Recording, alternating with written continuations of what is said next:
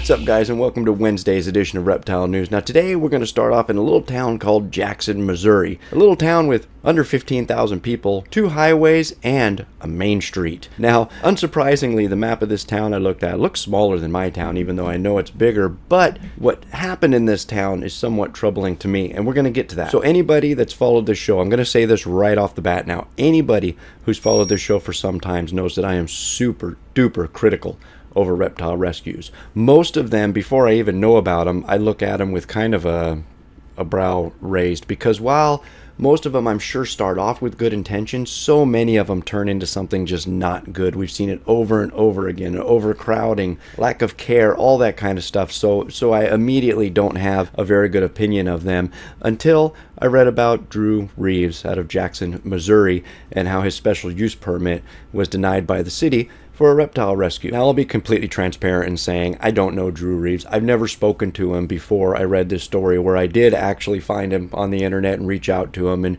we spoke briefly, and obviously he's somebody who's very passionate about this and very upset about this decision. But I did a little digging further, because you can't take things at face value, and I gotta say, what I saw I was actually impressed by. Being an Army reservist for 20 years, obviously it just has a passion in these animals, and I looked at picture after picture after picture that I can find, and I didn't find anything that looked horrible, overcrowded, uncared for. Clearly, he knows what he's doing. He's doing it for the right reasons, and absolutely loves it. And it really bothers me to see something like this happen, where clearly there was some sort of personal or political vendetta or disagreement or something that went on here that actually appears to me to have absolutely nothing to do with the permit that was being requested. I mean, it almost appears that the city was ready to shoot it down before they even knew what it was about. Now, there were 35 signatures collected in the neighborhood in opposition for this reptile rescue, but that only represented, actually, according to Drew, 32% of the homes within 185 feet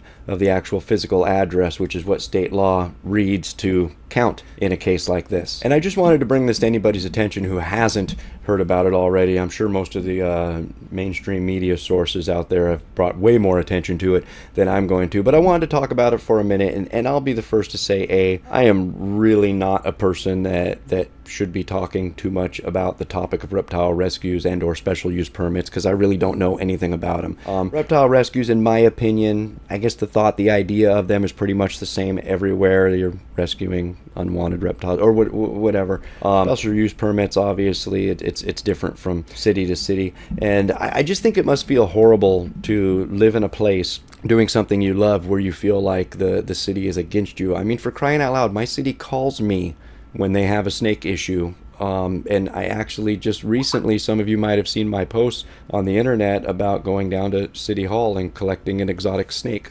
that they found out on Main Street. So I, fortunately, here in California, I'm one of the fortunate ones, I guess, that has a city that's kind of got my back in what I do and what I enjoy. And I mean, not only do they got it, they kind of promote it. And we're going to move on to that story right to Sydney, Australia, on the other side of the planet, and talk about a lizard that gives live birth, as well as laying eggs. Now, I don't know all the sciencey type words that go along with this type of stuff, but I do know that this is the first time this has ever been observed, and it is very, very cool. Now, the three-toed skink is known to lay eggs or give live birth, and there's actually something like 150 species that have been known to have made the evolutionary transition from egg laying to live birth, vice versa, one way or the other. But it's the first time it's actually been observed for something to be laying eggs and giving live birth at the same time. Now, they're not sure which area of the transition this skink is in, whether it's going from egg laying to live birth or the other way on an evolutionary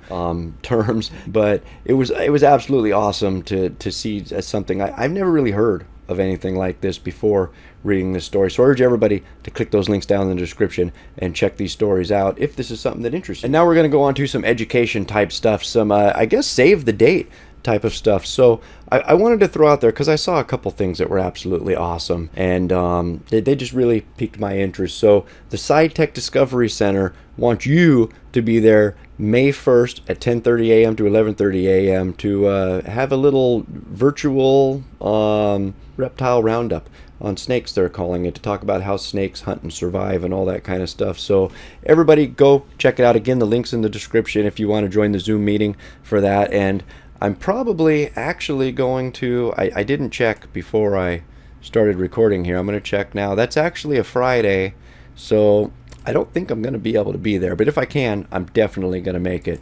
And now I wanted to talk about the Children's of Alabama.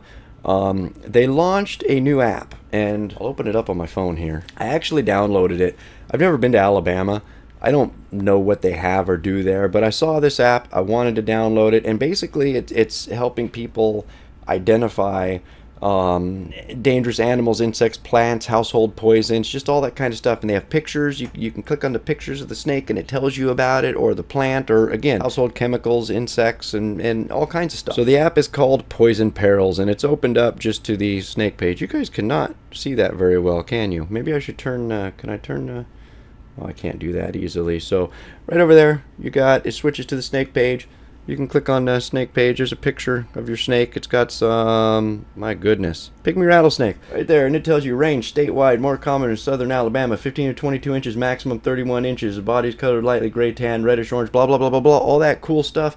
And I thought this was really a cool app. If you're in and around Alabama, and even if you know about this stuff, it's kind of like, it's almost having like a local Autobahn field guide right on your phone, which was pretty cool. So once again, Poison Perils, it's available for the iPhone as well as Android phones, and I'll probably remove it because I don't think I'll ever go to Alabama. I might, but I don't really have any plans on doing so. And that, my friends, has been all your news for this Wednesday. If you'd like to read any more about these stories, those links are right down below here in the description. And as always, if you're still watching, my name is Jason White. Now you know what's going on in the reptile world. Be good to each other, and we'll see you Friday.